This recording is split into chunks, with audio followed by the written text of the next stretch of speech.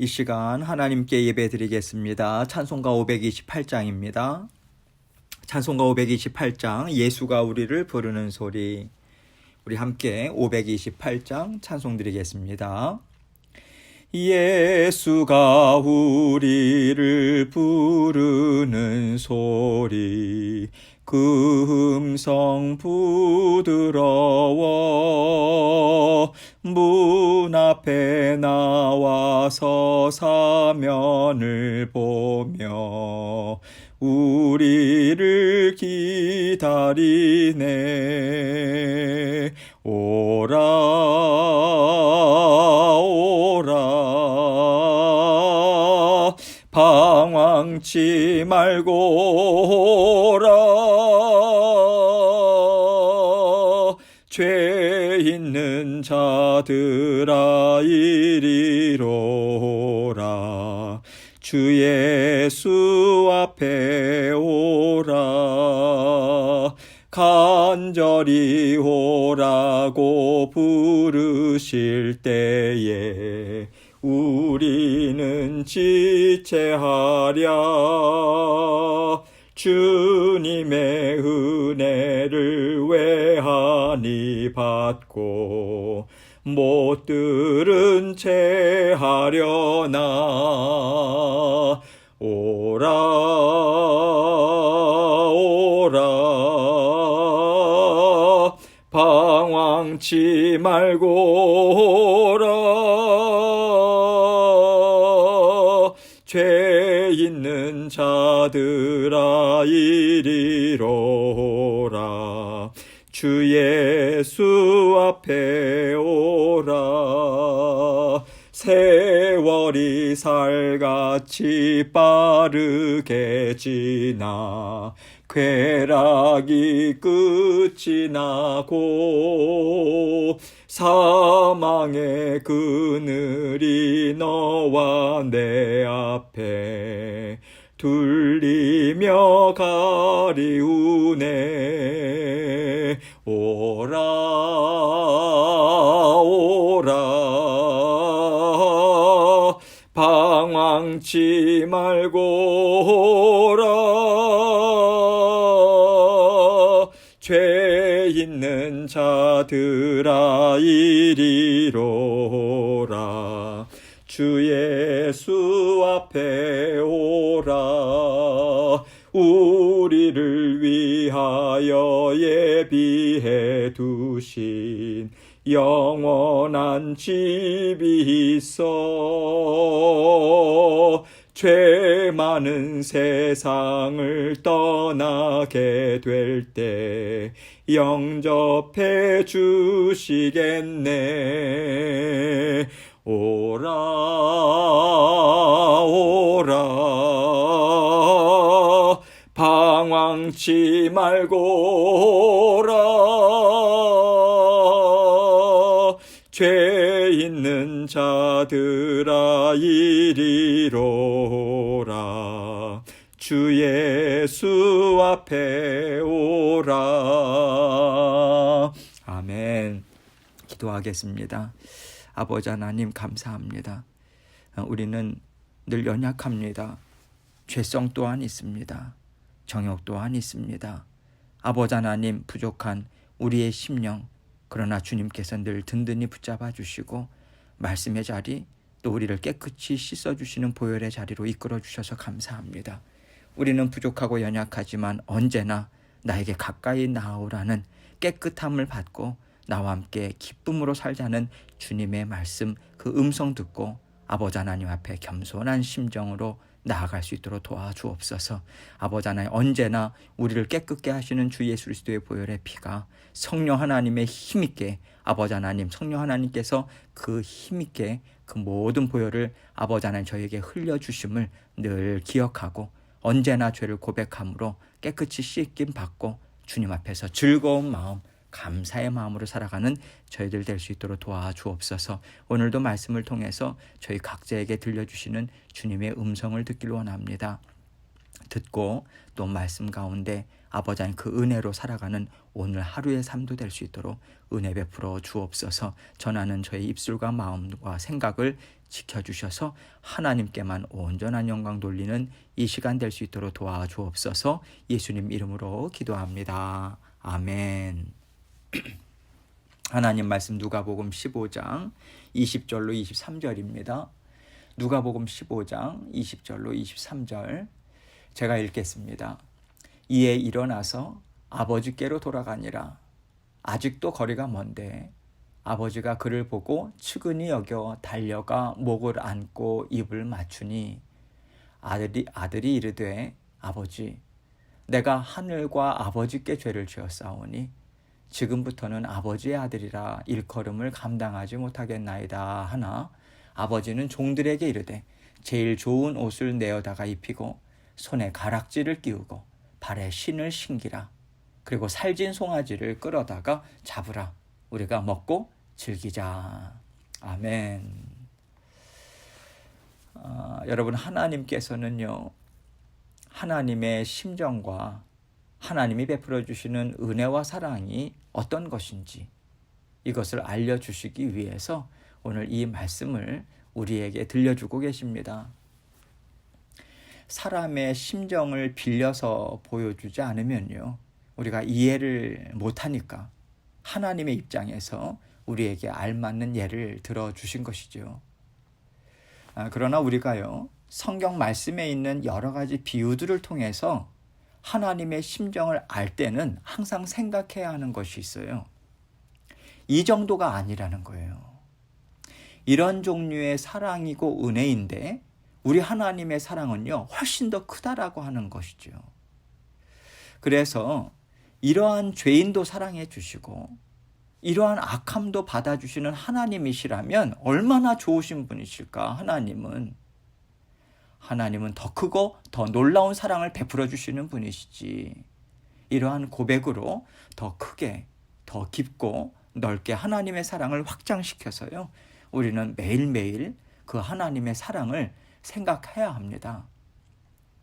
하나님께서 우리를 사랑해 주심은 정말 죽어도 죄를 씻을 수 없는 죄인들에게 너는 죄 지은 것 하나도 없어. 너는 그저 사랑스러운 내 아들이요 딸이다. 이렇게 말씀해 주시는 것과 같은 거예요. 우리는 이것을 상상할 수가 없지요. 우리의 죄가 얼마나 큰지를 알지 못하기 때문에 하나님의 그 사랑이 얼마나 큰지 또한 우리는 알 수 없어요. 우리는요, 우리의 죄를 그대로 다 깨달을 만한 사람들이 아닙니다. 그만큼 우리의 영은요, 많이 막혀 있어요. 가리워져 있는 그런 상태죠. 우리의 영이 막힘이 없이 활짝 열려져서 온전한 생명을 누릴 수 있을 때, 우리가 이 땅에서 삶을 다 마치고 하나님과 함께 영원한 삶을 살 때, 그때에서야 비로소 우리가 어떤 죄인이었는지를 분명하게 깨달아 알 수 있는 것입니다. 잘은 모르겠지만 그때가 우리에게 가장 온전한 때가 되기 때문에 그렇다고 저는 생각해요. 이 땅에서 우리가 구원을 받고요, 아무리 하나님의 은혜로 신령한 지혜를 받아 누리며 산다 하더라도 우리의 죄가 얼마나 깊고 얼마나 패역한 죄인지는 우리가 그 깊이와 넓이를 다 알지 못해요. 그래서 우리가 죽었다 깨어나도 하나님의 그 크신 사랑을 다 깨닫지 못한다. 이렇게까지도 우리는 표현을 할 수 있을 것입니다. 오늘 말씀은요, 돌아온 탕자를 맞이하는 아버지에 대한 비유의 말씀이에요. 아버지에게 큰 불효를 저지른 아들을 말하자면, 한국식으로 말하자면요, 버선발로 뛰쳐나가서 맞아주시는 사랑이 많으신 아버지에 대한 비유죠.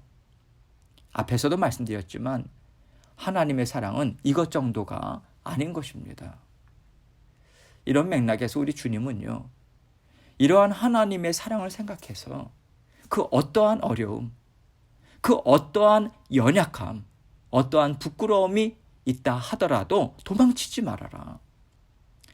내가 하나님 앞에 나아가지 못할 것은 없다는 담대한 마음과 믿는 믿음으로 언제나 모든 부끄러움과 어려움도 하나님 앞에 다 들고 나아가라고 이 말씀을 저와 여러분에게 주고 계신다고 생각합니다.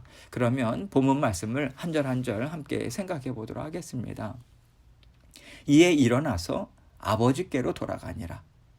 아직도 거리가 먼데 아버지가 그를 보고 측은히 여겨 달려가 목을 안고 입을 맞추니. 이에 일어나서, 이 말은요, 이것 때문에, 그래서 일어나서, 이런 의미인 거죠. 그래서 앞절을 보면요, 이 집을 나간 이 탕자 아들이 어떤 연유로 인해서 이제 아버지께로 돌아가야겠다, 이렇게 결단했는지에 대한 이야기가 다 나오고 있죠. 아들이 결단하고 아버지께로 이제 돌아갑니다.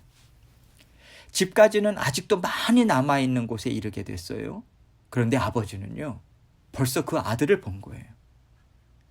먼 곳에 있는 아들을 본 것인데, 여러분, 아들이 얼마나 누추하게 바뀌었겠습니까? 집을 나갔을 때처럼 깨끗하고 좋은 옷을 입고 있는 아들의 모습이 아니었을 것이잖아요. 그냥 다 완전히 어려움에 찌들은, 그 고생에 찌들은 그 아들의 모습을 멀리서 보고 알아챕니다. 아버지가 달려나가서 안아주고 입을 맞추죠. 여기에 입을 맞춘다라고 하는 단어는요, 단지 한 번만 맞춘 게 아니에요. 계속 입을 맞춥니다. 성경적으로 볼 때 입을 맞춘다라고 하는 것은 용서하는 것, 무조건적으로 용서하는 그런 행위를 할 때도 입을 맞추죠. 여러분, 이 아버지가 얼마나 기다렸으면, 얼마나 그 아들이 돌아오기를 정말 바랬으면 그 아들의 모습을 단번에 알아보고요, 그 아들에게 달려갑니다. 우리가 충분히 이해할 수 있는 심정이죠. 우리 또한 이 마음으로 자녀들을 사랑하고 키웠기 때문입니다. 하나님은요, 이 마음으로 우리를 사랑하고 계시고요, 지금도, 그리고 지금까지 이 사랑으로 키워주셨습니다. 그 사랑은 변함이 없죠. 우리가요, 자식의 연약함을 보면요, 그 마음이 더 뜨거워지지 않겠습니까? 얼마나 애달퍼져요. 그 자녀의 어려움이 정말 내 마음 가운데 끓어오르기 때문에 그 자녀를 생각하는 마음이 끊어질 수가 없는 거예요. 이런 심정이었기 때문에 아버지는 이 아들이 속히 돌아오기를 바라는 심정으로 날마다 기다렸을 것입니다. 왜냐하면 우리가 다 알잖아요. 이 아들이요, 그 많은 돈을 들고 집을 나갔을 때 그 아들의 상태가 어떠한지를 누구보다도 우리는 잘 알잖아요. 그러면요, 그 마음 상태로 그 물질을 잘 사용할 수 있었겠습니까? 이미 이 아들은 그 물질을 들고 나가기 전부터 망한 사람이에요.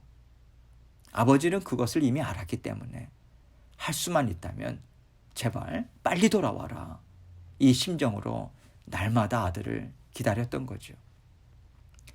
21절입니다. 아들이 이르되 아버지, 내가 하늘과 아버지께 죄를 지었사오니 지금부터는 아버지의 아들이라 일컬음을 감당하지 못하겠나이다 하나. 아들이 이르되 아버지, 내가 하늘과 아버지께 죄를 지었사오니, 이렇게 말합니다. 하늘과 아버지. 여기서 하늘이라고 하면 딱 하나님을 가리킬까요? 이 아들이 믿음이 있었다면 하나님일 수도 있고요. 믿음이 없었다면요, 아마도 자신의 모든 것을 내려다보고 있었던 그 하늘에 대한 부끄러움이 아닐까요? 막연한 부끄러움일 것 같아요. 하나님께서 주신 양심에 비추어서 생각할 때 자기 자신이 너무 부끄러운 거죠. 자기 자신 스스로가 생각해도 참 부끄럽기 짝이 없고요. 또 나를 사랑해 주셔서 곱게 키워주셨고 방자하게 구는 나를 아시면서도 다 받아주신 아버지 사랑에 내가 이렇게 배은망덕하게 살아왔구나, 이 자책과 괴로움이었던 거죠. 아버지 앞에서 진정으로 죄 용서받기를 원하는 심령임을 지금 이 말씀은 드러내 보여주고 있습니다. 지금부터는 아버지의 아들이라 일컬음을 감당하지 못하겠나이다. 아버지의 유산까지 다 들고 나가서 없앤 마당입니다. 이제는 자기 몫도 없어요. 이렇게 패역한 죄를 지었는데 어떻게 다시 아들이라고 주장할 수 있겠어요? 그래서 아들의 권한이 더 이상 이제는 나에게 없겠구나. 그것이 마땅하지. 이 마음으로 제가 아들이 아니라 이 집에서 종으로라도 살고 싶습니다. 여기에서 종이라고 하는 것은요, 계속해서 살아가는 그 종을 얘기하는 게 아닙니다. 그냥 품꾼이에요. 일이 있으면 이렇게 좀 품삯을 받고, 그런 오히려 종보다도 더 낮은 상태를 얘기하죠. 제가 이 집에서 필요를 채우면서 대신에 제가 열심히 살겠습니다. 여러분, 이 심정으로 참 부끄럽지만 지금 아버지께 말하고 있는 거예요. 22절입니다. 아버지는 종들에게 이르되 제일 좋은 옷을 내어다가 입히고 손에 가락지를 끼우고 발에 신을 신기라. 그런데 아버지는요, 이렇게 대답하고 있는 거예요. 종들에게 말합니다. 가서 제일 좋은 옷을 꺼내와라. 그리고 내 아들의 손에 가락지를 끼워주어라. 여기 제일 좋은 옷이라고 하는 단어는요, 문자적으로 그 집에 있는 첫 번째 옷, 이런 뜻이에요. 고대 근동지역에서 제일 좋은 옷을 입힌다라고 하는 것은 큰 영예를 상징적으로 이야기해 줍니다. 그렇기 때문에 아버지의 집에서 가장 좋은 옷을 입혔다. 이것은요, 아들의 죄를 용서해 주는 것뿐만 아니라 아들로서의 권리, 그 영예가 여전히 유효하다. 이것을 알려주는 행위인 것입니다. 또 가락지는요, 권위를 나타내는 인장반지와 같은 거예요. 아들 손에 가락지를 끼워주었다라고 하는 것은 그 아버지의 권한을 아들에게 그대로 위임한다. 이 뜻인 것입니다. 그리고 발에 신을 신기라고 이야기하죠. 고대 사회에서는요, 종은요, 신을 신지 못했습니다. 자유인들만 신을 신었어요. 이 이야기는 무엇이냐? 다시 그 먼 나라에 가서 죄된 생활을 하면서 죄의 종으로 산 거예요. 그러나 이제는 신을 신깁니다. 자유인 뿐이겠습니까? 아들로서의 온전한 회복. 그리고 얼마나 누추했겠어요. 신발이나 제대로 신었겠습니까? 새 신발로 갈아 신겨 주었던 것인데 이런 의미가 담겨 있는 거죠. 여러분, 이 모든 말씀이 무슨 뜻이겠습니까? 너는 내 아들이야. 너는 누가 뭐래도 이 집의 아들이야. 주인의 아들이야. 당당해라. 너는 존귀한 자야. 이것을 말해주는 거예요. 이것이 바로 아버지의 대답인 거죠. 그리고 하나님께서는 이 말씀을 통해서 우리에게 말씀해주고 계시는 거예요. 나는 너의 아버지다. 너는 내 사랑스러운 아들이요, 딸임이 분명하다. 나는 너가 어떠한 삶을 살았을지라도 너를 단 한순간도 잊지 않았고, 나는 단 한시도 너를 떠난 적이 없어. 나는 너를 기뻐해. 내가 너를 떠나지도 않을 것이고 버리지도 않을 거야. 나는 영원토록 너와 함께 기뻐하며 살 거야. 여러분은 하나님 아버지의 마음을 우리에게 지금 이 말씀을 통해서 알려주고 계신 거예요. 23절입니다. 그리고 살진 송아지를 끌어다가 잡으라. 우리가 먹고 즐기자. 죄인 하나가 회개하고 돌아오면요, 천국에서 잔치가 벌어지죠. 예, 이 뜻입니다. 이것을 주님이 말씀하고 계신 거예요. 우리는요, 너가 어떻게 살았는데, 너가 한 짓을 생각해봐. 너가 나한테 이런 것을 원할 수가 없어. 여러분, 이것이 우리 인간의 본성이에요. 그런데 그 본성을 뛰어넘는 게 무엇일까요? 부모의 사랑이잖아요. 그래서 하나님은 항상 하나님의 사랑, 우리 주님의 사랑을 말씀하실 때, 그래서 그 부모님의 사랑을 비유적으로 말씀해주고 있는 거예요. 우리의 본성은 참 악하고 아주 속이 좁은데, 그나마 정말 항상 열려있고 항상 뜨겁고 풍성한 마음은 부모님의 사랑이더라. 그래서 하나님은 부모님의 사랑의 비유를 통해서 내 심정이 이러하니 너희가 내 앞에서 멈칫거릴 필요가 없어. 언제나 나에게 돌아와라. 나에게는 너희가 거할 처소가 정말 많아. 이 말씀을 언제나 우리에게 해주고 계시는 거예요. 세상에서 방황하지 말아라. 돌아갈 데가 없어서 너 혼자인 것처럼 외로워하지 말아라. 나에게 도움을 청해. 나에게 도움을 청하고 언제나 나에게 돌아와. 그러면 너에게 내 자녀임을 분명하게 해주고 나는 너를 존귀한 자로 다시 세워줄 거야. 그러니 세상에서 흔들리고 세상에서 낙심하고 세상에서 혼자 좌절해서 있지 마. 너에게는 돌아올 집이 있어. 너에게는 언제나 기쁨으로 맞이할 너의 부모가 있어. 그것이 바로 나고 너의 주님이시다. 하나님은 여러분과 저에게 이 말씀을 주고 계시는 거예요. 살다 보면요, 일이 마음대로 안 풀리고요, 정말 어디 가서 푹 쉬고 싶을 때가 있어요. 다 잊어버리고 그냥 자연에 묻혀서 좀 살고 싶다, 이런 생각이 들 때가 있잖아요. 그러나 하나님은요, 자연으로 돌아가지 말고 아버지께로 돌아와라. 십자가의 보혈을 언제나 우리를 위해서 흘려주시는 주님의 품에 돌아오라고 말씀해 주시는 거예요. 그 어떤 사람의 품보다 확실하고 그 어떤 장소보다도 따뜻한 곳이 바로 우리 하나님의 품이다. 하나님의 집이다. 이 말씀을 주고 계세요. 그래서 우리에게는요, 언제나 피할 곳이 있습니다, 여러분. 언제나 쉴 곳이 있어요. 우리 주님의 사랑이고요, 우리 하나님의 약속의 말씀입니다. 그 약속의 말씀을 마음에 품고 하나님을 의지하십시오. 하나님께 모든 어려움과 슬픔과 낙심과 두려움을 다 올려드리세요. 그러면 하나님께서는요, 넓은 품에 우리를 안아주시고요, 괜찮다. 지금 잠시 어려운 거지 이 시간 지나면 또 하나님이 베풀어 주신 은혜가 얼마나 풍성한지 너가 기뻐할 거야. 이렇게 하나님은요, 우리에게 마음의 위로와 소망을 주시고요, 우리가 그 소망을 붙잡고 힘있게 살아가도록 지금도 도와주고 계십니다. 하나님과 함께 소망을 붙들고 사시면 그 소망 반드시 우리 앞에 성취되어서 나타납니다. 이것이 하나님께서 변함없이 주시는 약속의 말씀이에요. 변함없는 사랑입니다. 언제나 하나님의 품으로 돌아가시고 언제나 약속의 말씀에 의지하시고 언제나 주님의 십자가의 보혈을 의지하심으로 힘있게 날마다 하나님과 함께 모든 일들을 잘 감당해 나아가시는 저와 여러분이 되시길 주님의 이름으로 축원합니다. 계속해서 기도하겠습니다. 여러분, 언제나 우리에게는 돌아갈 품이 있습니다. 의지할 주님의 사랑이 있어요. 그거 기억하고요, 계속해서 그 기억하는 싸움입니다. 영적인 싸움이 우리에게 치열하죠. 주님의 도우심이 있으십니다. 붙잡고 이 시간 주님께 계속해서 간구하고 오늘도 모든 일 주님께 내어 맡깁니다. 하나님께서 책임져 주옵소서, 함께하여 주옵소서. 계속해서 기도하며 우리 주님 앞에 나아가도록 하겠습니다. 기도하시겠습니다.